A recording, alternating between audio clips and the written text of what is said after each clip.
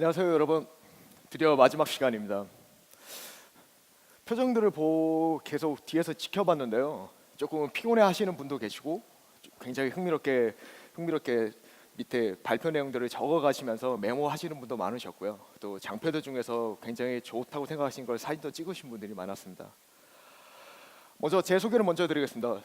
저는 슈나이더 일렉트릭 시스템즈에서 사이버 시큐리티 어플리케이션 엔지니어로 재직 중인 유정훈이라고 합니다. 반갑습니다. 지금 회사에 입사하기 전에 저는 파워플랜트 DCS 보안을 전공을 했고요. 솔직히 말씀드리면 전공이라기보다는 IT 보안을 전공을 한 이후에 DCS와 스카다에 관련된 이슈가 몇 년 전부터 커지면서 이 분야에 대해서 내가 모르니까 더 배워보고 또 이 분야에 있어서 내가 더 스페셜리티를 가질 수 있다는 생각으로 뛰어들게 되었습니다. 그전에는 계속 공공 분야에서 발전소들 그리고 국가기관들과 같이 일을 했었는데 이제 슈나이더로 넘어온 이후에 새로운 것을 다시 공부하고 어떤 것이 필요한지 계속 디벨롭을 하고 있습니다. 오늘 제가 말씀드리고 싶은 것들은 단 하나입니다. 이 장표의 모든 끝에는 굉장히 스페시픽한 기술적인 내용이나 여러분들에게 이런 것을 구매하십시오라는 이런 내용은 없습니다. 제가 발표드리는 이 내용의 마지막 끝에는 딱 한 가지의 주제만 있습니다. 더 이상 보안을 뒤로 미룰 수 없다. 오늘 발표 끝에 여러분들의 머릿속에 딱 한 가지만 가져가셨으면 좋겠습니다. 사이버 보안 그게 뭔지 잘 모르겠는데 그냥 하면 되는 거 아니야? 이게 아니라 앞으로는 더 미룰 수 없이 반드시 해야 되는 무조건적인 요소라는 것을 여러분 모두 그리고 발표하는 저 스스로도 동일한 목적을 딱 하나만 가져갔으면 좋겠습니다. 그럼 발표를 시작하겠습니다. 옛날 이야기를 하나 해드릴게요. 10년 전이었습니다. 굉장히 뛰어난 능력을 가진 엔지니어분을 제가 한번 만났습니다. 그분은 이 플랜트 분야, 즉 PLC부터 시작해서 DCS까지 굉장히 오랜 경력을 가지신 분이셨습니다. 처음 봤을 때 와, 어떻게 이런 분이 있지? 이렇게 놀랄 노자라고 표현할 정도로 굉장히 뛰어난 분이셨습니다. 우리나라에서는 단 한 분, 전 세계에서는 단 3명. 플랜트에 있는 모든 장비들을 통합해서 튜닝까지 할 수 있는 그런 능력을 가지신 분이셨습니다. 10년 전에 그분이 프로젝트를 하나 수행을 하셨는데 그 당시 그분의 능력 가지고 그 프로젝트를 굉장히 성공적으로 끝냈습니다.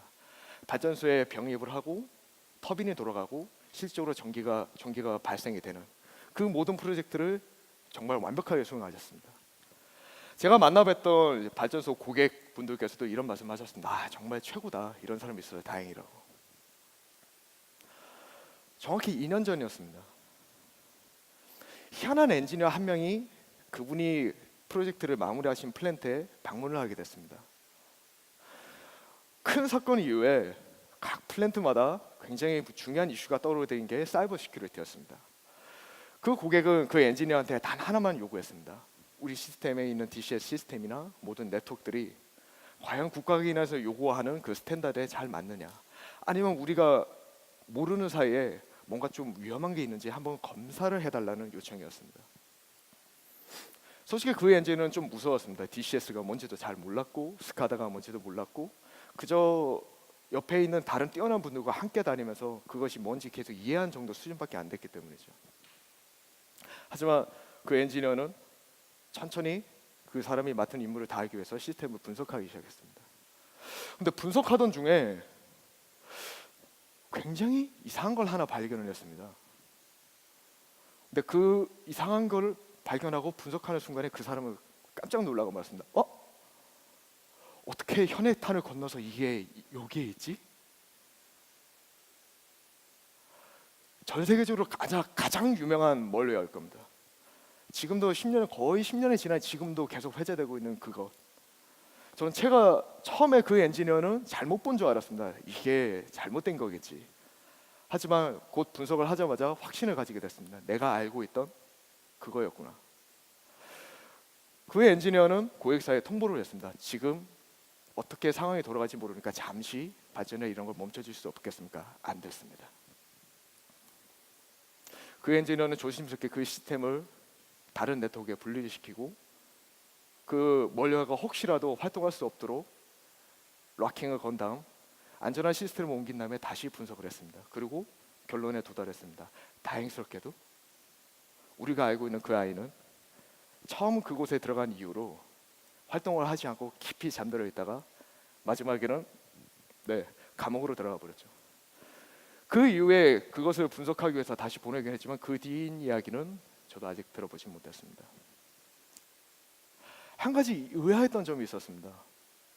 그 당시 그 시스템에 설치되어 있는 안티바이러스 솔루션은 정말 유명한 솔루션이었고 패턴 업데이트도 가장 최근에 되어 있었습니다. 근데 아직도 그곳에 있었습니다. 엠버거 요청 때문에 정확히 어디, 언제, 어떻게 라고는 말씀을 못 드리겠고, 여기서 제가 여러분들께 질문 드리고 싶은 게 하나 있습니다. 여름에 플랫은 안전하신가요? 혹시 손 들어 봐 주실 수 있으십니까? 내가 담당할 시스템은 일단 내가 진짜 정말 안전하게 해놨다. 뭐 위험한 거 이런 거 살 없이 한번 뚫어봐라. 자신감 있게 해줄 수 있는 분 있으십니까? 뒤에 말씀드리겠지만 만에 하나 손 드신 분이 있다면 저는 정말 가서 저를 제자로 받아달라고 말씀드리겠습니다. 왜냐하면 그 어느 누구도 그렇게 말할 수 없기 때문이죠. 다시 한번 질문드리겠습니다. 정말 안전합니까? 아니면 안전하다고 그냥 믿고 싶으신 겁니까? 지금 그 발견됐던 그거는 나중에 알게 됐지만 제 5세대였습니다. 정확한 시기나 이런 것들은 추론 가능했지만 거기서 분석은 멈췄고요. 그리고 그 5세대는 우리나라에 있는 각 기업에 제가 샘플로 보냈고 그에 대해서는 패턴 업데이트는 현재는 돼 있습니다. 작년 기준이죠. 자, 대체 왜 이런 일이 일어나죠?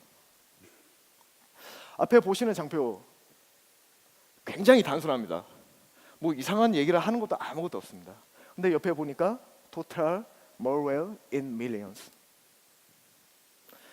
2012년부터 2017년까지 정말 단순하죠?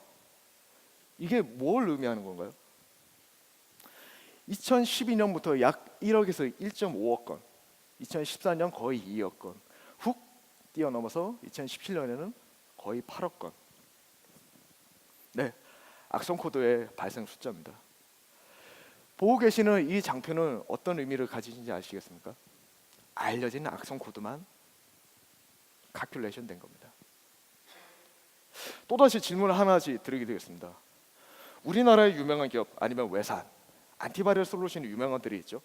혹시 어느 정도 바이러스를 검출할 수 있어야지 정말 좋은 안티바이러스를 할 수 있을까요? 보통의 이제 어나운스되는 자료들을 보면 우리의 솔루션은 99.99% 거의 100% 단 하나 놓치지 않고 이렇게 광고합니다. 네, 아시겠죠? 거짓말입니다. 왜냐고요? 아무것도 할 수 없게 설정을 다 해놓고 검사를 하니 99% 잡힐 수밖에 없죠. 하지만 평범한 플랜트, 평범한 일반 사용자들이 그렇게 옵션을 넣고 윈도우를 사용할 수 있을까요? 유닉스를 사용할 수 있을까요? 안 됩니다. 그렇다면 평범한 설정을 가지고 그 안티바이러스 운영했을 때 과연 얼마나 잡아야지 괜찮은 솔루션, 즉 내가 내 돈 주고 우리가 우리 발전소에 돈을 주고 아니면 플랜트에 돈을 주고 쓸 수 있냐? 딱 절반입니다. 만약에 오늘 발생된 아니면 일주일 전에 발생된 안티바이러스가 10개가 새로 나왔다면 그 중에서 반만 잡을 수 있어도 이거는 저희가 돈 주고 사서 쓸 수 있는 솔루션입니다. 솔직히 처음 이 자료를 봤을 때 마음이 좀 아팠습니다. 왜냐하면 2014년도, 2015년도에 정말 죽을 뻔했었거든요. 아시는 분은 아시겠지만 국가 뉴스에도 많이 나왔던 그런 공격들이 발생했었고 정말 3, 4일 동안 씻지도 못하고 계속 대응을 했었습니다. 결국에는 그 사람들의 목적은 결국엔 진짜 공격하는 게 아니라 저희처럼 분석하는 사람들을 지치게 만드는 게 목적이었죠. 그 다음부터 저도 옮기게 된 계기가 됐고요. 네, 개인적인 사견이었습니다.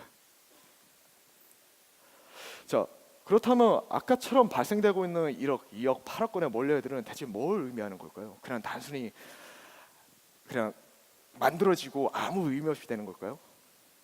네. 2001년 그리고 2016년 그리고 작년 올해까지 저 멀리애들의 목적은 조금씩 변하기 시작했습니다. 그 전까지 제가 처음 이 분야에 뛰어들었을 때 제가 초창기에 만나뵀던 이제 담당자분들이나 엔지니어분들은 저에게 이런 말씀을 하셨습니다. 절대 불가능하다. 아니 어떻게 물리적으로 연결된 것도 아니고 뭐가 어떻게 들어오겠니? 그 다음 날 부세르 발전소가 폭발되는 사건이 있었죠.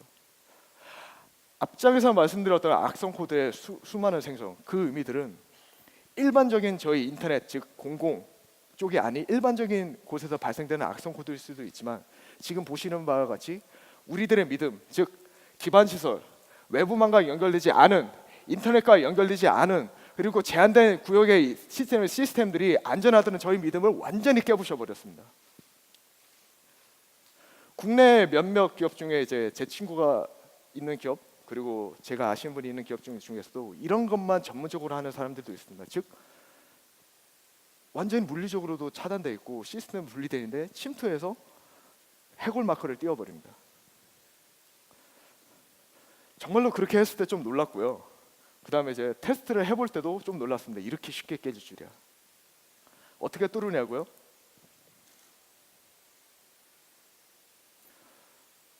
처음 룸 안에 가서 안녕하세요라고 인사드릴 때까지 저한테 필요한 건 이 펜 하나였습니다. 그리고 안전모. 그리고 담당자분께 연락을 드렸죠. 저 들어왔는데요. 그리고 한마디 하셨습니다. 어떻게 거기 들어갔니? 무슨 말을 하는지 다들 아실 겁니다. 2001년부터 2010년 그리고 작년까지 지금 앞에 보시는 이 장표는 공개된 알려진 내용들만 담고 있습니다. 그럼 다시 아까 첫 질문으로 다시 돌아가겠습니다. 여러분 만약 여러분의 플랜트에서 이런 사고가 발생됐을 때 알리시겠습니까? 아니면 알리지 않으시겠습니까? 어쩔 수 없이 알려진다면 과연 어떻게 하시겠습니까? 네, 저희 믿음이 무참히 깨어져 버렸습니다. 자, 그럼 대체 얼마나 나오는 건가요? 그럼 단순히 1억 건, 4억 건, 8억 건 이렇게 얘기하니까 감이 안 잡힙니다. 대체 이 악성 코드라는 애들이 단순히 발전 플랜트나 이제 플랜트 DCS 뭐 이런 애들을 공격하는 것뿐만 아니라 대체 얼마나 발생되는 걸까요? 매초 발생됩니다. 오해하지 마시기 바랍니다. 한국이 아니고요. 전 세계적으로 칼큘레이션 해본 겁니다. 매초 무슨 얘기일까요? 딥웹 또는 다크웹이라 불리는 흔히 말하는 일반적인 사람들이 일반적인 인터넷으로 접근할 수 없는 다른 네트워크가 있습니다. 그쪽에 가보시면 만약에 제가 필요로 한다 그러면 일단은 국내에 있는 안티바이러스 제품은 절대 못 찾는 멀리와 샘플들을 제가 한 10,000원 정도면 살 수가 있고요. 그거 말고 실질적으로 이제 플랜트나 이런 쪽 공격을 위한 이제 여러 가지 CNC 서버나 이런 것까지 갖고 있는 애들 거의 한 20에서 30만 원 정도 굉장히 싸게 거래되고 있습니다. 그리고 그 중에서 가장 쉽게 돈을 벌 수 있는 뭐 디도스 어택이나 리플렉스 어택 이제 이런 것들을 할 수 있게 어레인지 해놓은 시스템들 같은 경우는 조금 대수에 따라 다르지만 뭐 거의 갈면 대수가 2,000대 아니 10,000대 정도 되면 거의 한 2천만 원, 3천만 원 정도의 거래가 되고 있습니다. 즉 컨트롤 키를 제어받는 거죠. 앞에 보시는 바와 같이 매초입니다. 전 세계에서 IT를 전공한 사람이든 아니면 정말 관심만 가진 사람이든 전문가든 간에 전부 다 달라붙어서 이런 것들을 만들어내고 있습니다. 소스가 공개되어 있습니다. 어떤 특정한 사람이 특정한 방법을 통해서 소스를 만들어서 풀어버리면 누가 그걸 사서 그것만 이용해서 조금씩 변형을 시켜버립니다. 여러분, 우리가 알고 있는 안티바이러스는 신이 아닙니다. 자기가 알고 있는 것만 잡을 수 있거든요. A라는 애를 잡았는데 A-1이 나오면 못 잡습니다. A-1을 잡았는데 그 다음에 A-2가 나오면 못 잡습니다. 어떻게 잡나요? 모르는데. 그리고 최초 발생된 이 멀웨어가 발견되기까지 그리고 발견된 이후에 대응하기까지 앞서 보시겠지만 만드는 속도에 대비해서 대응하고 해결하기까지 너무 오랜 시간이 걸립니다. 즉 이미 당하면 끝이라는 거죠. 특히나 만약에 저걸 웨어 타입, 멀웨어 타입이나 이런 분석이 늦어지게 될 경우 국내 같은 경우에는 거의 손쓸 수가 없습니다. 작년부터 계속 회자가 되고 있죠. 랜섬웨어. 한 가지 또 질문드리겠습니다. 랜섬웨어 일반 사용자만 걸렸을까요? 과연?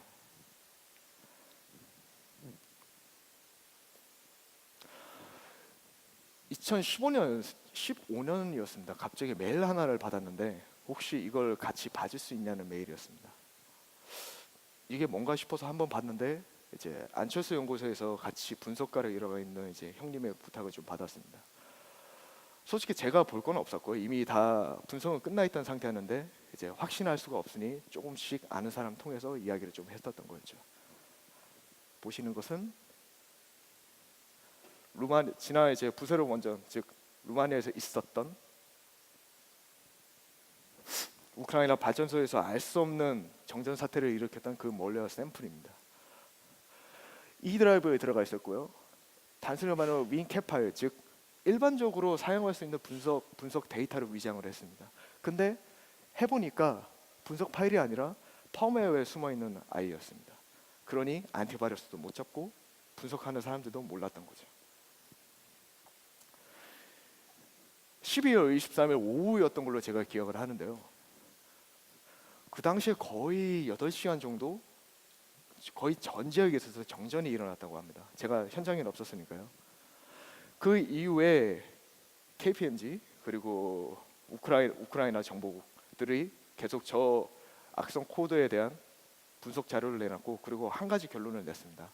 이게 뜬금없이 나온 게 아니라 최소 6개월 전에 최초 유입된 정황이 발견이 됐고, 그 이후에 지속적으로 백도어를 통해서 내부망에 접속한 기록이 남아 있었으며, 그 발전소 내부에서 쓰고 있는 펌웨어에 대한 접근 권한, 어드민 권한과 그 어드민 권한을 이용해서 펌웨어를 변경한 이력이 발견됐습니다. 즉 최소 6개월 동안은 아무도 몰랐던 거죠.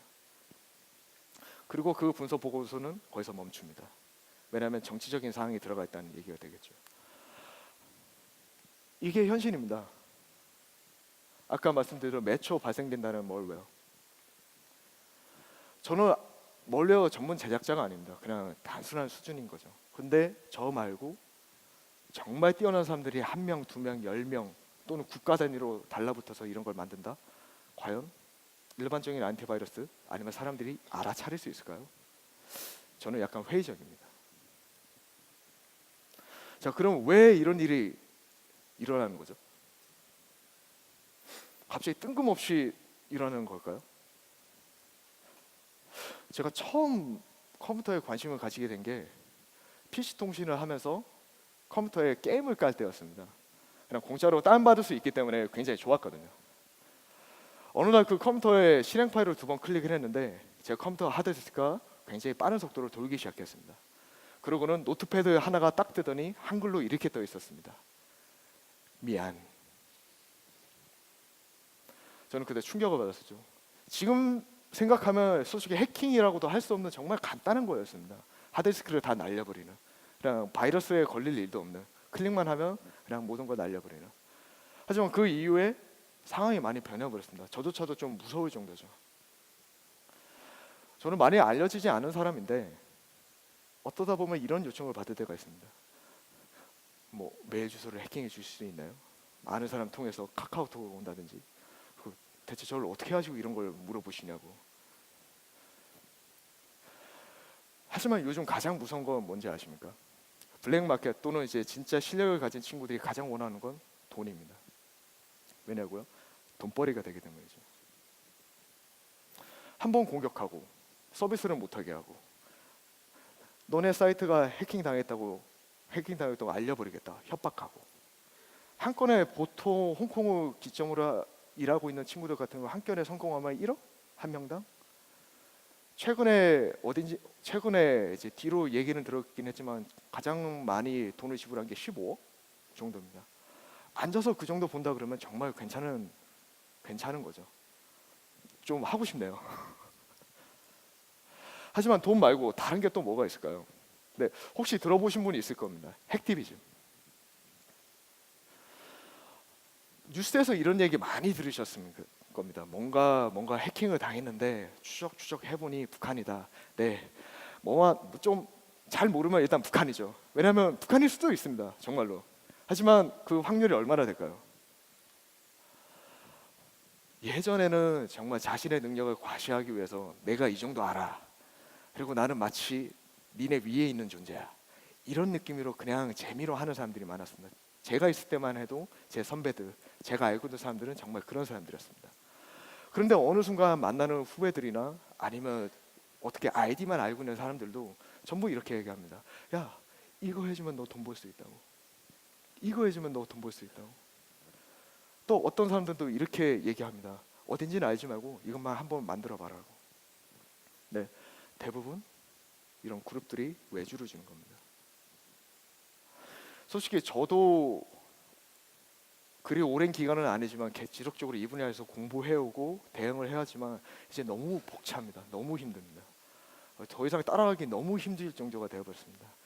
제 앞 세션에서 많은 정보를 얻으셨을 겁니다. 빅데이터, 그 다음에 AI를 통한 분석. 네, 보안 분야에서도 그런 분석 기술들이 도입되고 있는데 현재로서는 제대로 대응하지 못하고 있습니다. 왜냐하면 AI보다 빠르니까요.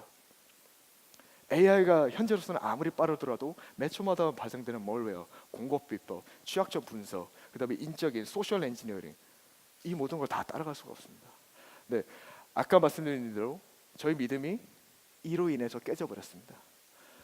앞에 보시는 것처럼 이렇게 얘기하고 있습니다. I'm sorry, Asiana Airlines, but the world needs to understand the crime against humanity carried out by Albanian figures touched severe. 이 사람들이 대체 여기를 어떻게 알고 이렇게 한 걸까요? 거의 제가 알기로 거의 한 30분 가량 이 화면이 아시아나 에어라인의 메인 화면으로 떠 있었습니다. 난리가 났었죠. 결국엔 특정한 목적이 있는 게 아니라 자신들의 정치적 이념을 보여주기 위한 거였습니다. 바꿔 얘기하면 북한도 마찬가지죠. 되게 형형색색의 화면이 보이네요. 이게 뭘까요? 앞에 보시면 어택 오리진이라고 타일랜드, 차이나, 유나이티드 스테이트, 어택 타입으로 보면 언노운이라고 불리는 이제 포트들이 나오고요. 443 포트 보이네요. SSL, 80 포트 인터넷. 어택 타입을 보니까 텔레콤 타워, 방코, 그다음에 일리르텐, 옥토퍼스 차이나 이런 부분들이 보이고요. 어택 타겟들은 뭐 미국이 제일 많기도 한데 가끔 한국에 올라오기도 합니다. 자, 이 아이는 뭘 얘기하고 있는 겁니까? 필터를 걸어서 한 겁니다. 무슨 얘기냐면 필드 디바이스가 노출된 것들에 대한 공격이 얼마만큼 일어나는지 필터를 한번 걸어봤습니다. 네, 계속 일어나네요. 쇼단이라고 아십니까? 흔히 다른 사람들은 이렇게 얘기합니다. 어둠의 구글이라고. 개인적으로 굉장히 좋아하는 서비스인데요. 전 세계적으로 알려져 있거나 인터넷에 연결돼 있는 시스템에 만약에 취약점이 발생되거나 연결된 게 보인다 그러면 그 정보들을 있는 그대로 보여줍니다. 작년까지는 한국도 좀 보였고요. 미국하고 이제 동유럽 쪽에 꽤 많이 보입니다. 아까 말씀드린 대로 인터넷에 연결되어 있지 않았다고 생각했는데 떡하니 연결돼 있고요. 흔히 말해 핑, 진짜 그 디바이스가 있는지 확인해보는 정말 윈도우로만 할 수 있는 걸 해보면 살아 있습니다. 해킹을 해보려고 한 건 아닌데 설마 하고 그냥 접속을 해봤더니 접속이 됩니다. 근데 많이 봤던 벤더의 제품이네요. 또 인터넷 검색해보면 그 해당 벤더의 디폴트 아이디 패스워드가 있습니다. 또 설마 되겠어? 라는 기분으로 그냥 쳐봤습니다. 로그인이 돼버리네요.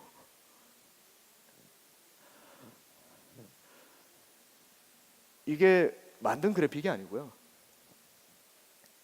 잠깐 이거를 그냥 캡처해 온 겁니다. 보시다시피 계속 일어나고 있습니다. 한 가지 또 질문 드리겠습니다. 보통의 이제 보안 전문가나 해커, 크래커들이 한 사이트를 뚫기 위해서 얼만큼 노력을 할까요? 영화에서 보면 앉자마자 두다닥 두다닥 하면 바로 뚫리죠? 아닙니다. 1000번, 2000번 평균을 최근에 다른 곳에서 평균을 내봤는데 한 사이트당 2만 번 정도 공격을 한답니다. 될 때까지 하는 거죠.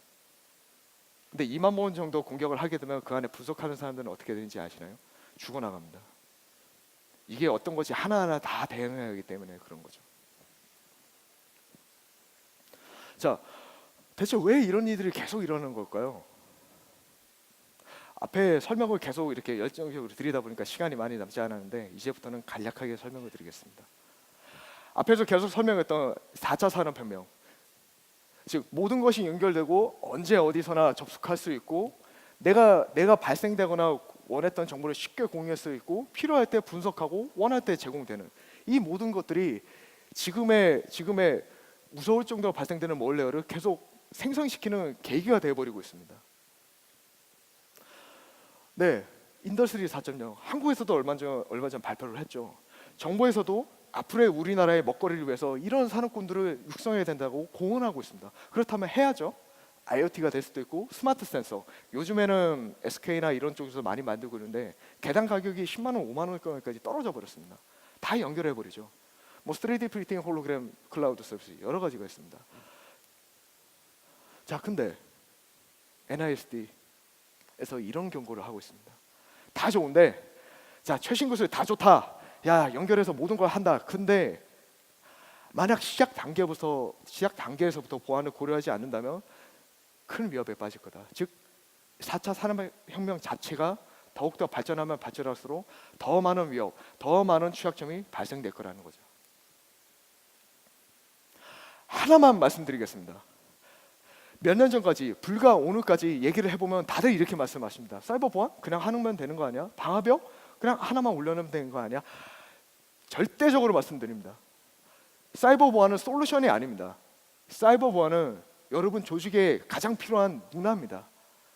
세일즈, 어드민, HR이 당연히 존재하듯이 보안을 앞으로 그냥 해야 되는 게 아니라 반드시 해야 되는 겁니다. 그렇다면 왜 해야 되는 건 알겠는데 뭐가 어려울까요? 딱 두 가지만 말씀드리겠습니다. 앞으로 민간 분야일지더라도 기반시설로 즉 주요 사회 인프라로 편입되는 시스템들 중에 몇 대는 기반시설 보호 조치를 취해야 됩니다. 국가에서 인정한 보호 솔루션, 그게 아니라면 국가에서 인정한 보호 조치를 취하고 인증을 받아야 됩니다. 근데 이런 인증을 받으려고 하니까 도움을 받아야겠는데 이걸 할 수 있는 전문가가 누구 있냐고 찾아보니까 없습니다. 저도 여기서 처음 들어와서 일하는 동안 저랑 같은 일하는 사람들을 찾기 위해서 무던히 노력했는데 최근에 2명을 뵀습니다. 너무 반가웠거든요. 6월 달에 서로 만나기로 했습니다. 우리끼리 서로 협업을 하자고. 네, 시작 단계라서 정말 사람이 없습니다. 이 장표는 아마 많이 보셨을 거예요.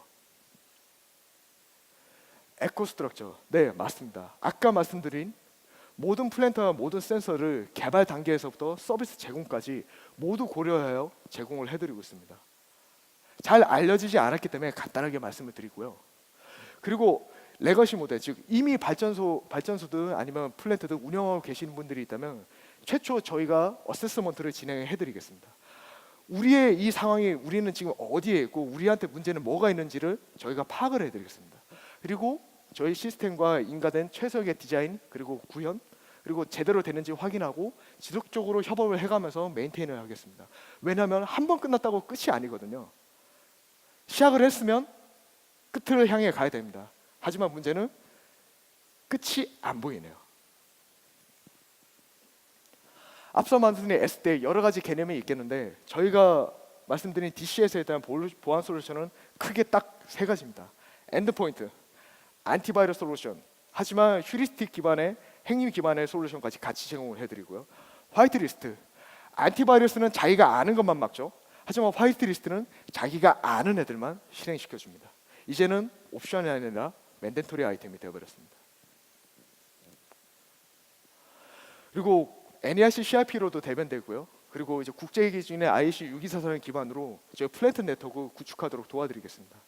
기존에는 단순히 플랜트를 내부망이나 인터넷망과 분리하기만을 위해서 하는 거였는데 이제는 국제 기준에 따라서 구축할 수 있도록 도와드리겠습니다.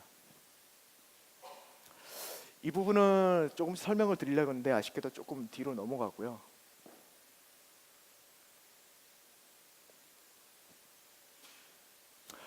자, 오늘 말씀드린 내용들 중에 조금 부족하거나 아니면 슈나이더의 사이버 시큐리티 솔루션 아니면 어떤 어프로치가 있는지 앞에 보시는 사이트에 방문을 해주시면 동영상과 여러 관련 자료들이 있습니다.